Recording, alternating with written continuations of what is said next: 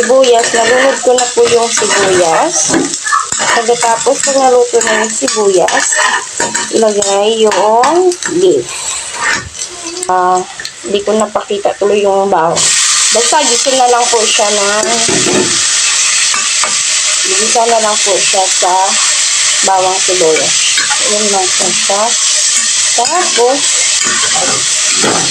pag na siya, lagay natin ng suyu. Wala na siyang tubig, diba? Ang mawala na yung water niya, yung mantika niya. Kaya yan. Bilhin natin yung Shanghai, lumpiang Shanghai. Basta muna, sa bawang sibuyas. Okay na. Diba? Ito na siya. Ito na yung beef na niluto natin kanina. Ilagay natin dito sa bowl. Yung 1 cup na beef. Daming mantika. Tapos, carrots, 2 cups.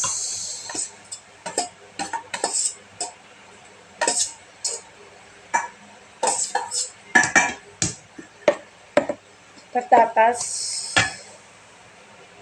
May umitim na siya kasi kanina pa kasi ito. Patatas, 3/4 cup. Itlog, 2 itlog.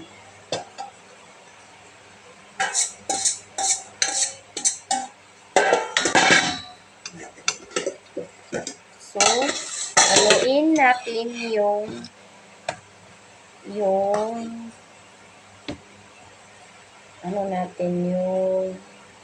beef Shanghai na may carrots para maging pantay-pantay na siya. Say hi! Yeah, hi! Ito siya ng SM. Ay, ano yun? MMM pala, hindi SM. Eat siya ng MMM, guys.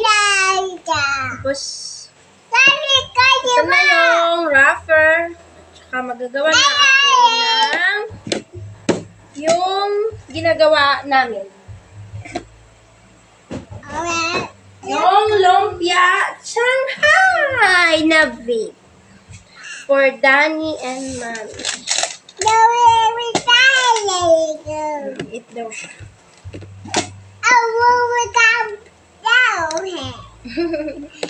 Ito sa pwede pa yan. Naintindihan ko.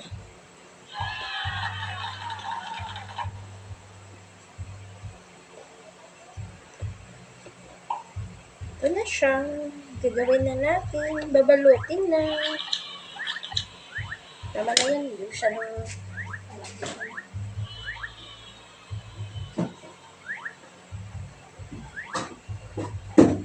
Guys! Oh, nag-charge pa. Ito na yung gawa namin na beef Shanghai. Nalaglag pa tuloy. Beef Shanghai. Tapos nakagawa din ako ng cheese stick. Sana all. Kaya na may natira kasi may natira ito. Cheese stick. May natira kasi. Kaya may natirang wrapper. Kaya ang ginawa ko ng cheese stick kasi may cheese naman kami. And dahil na ako nagbalot. Ito na, magluluto na lang kami, guys. Thank you. Gusto ko lunod na lunod siya sa mantika para luto siya. Kaya ito yung nilutuan ko. Okay. Kaya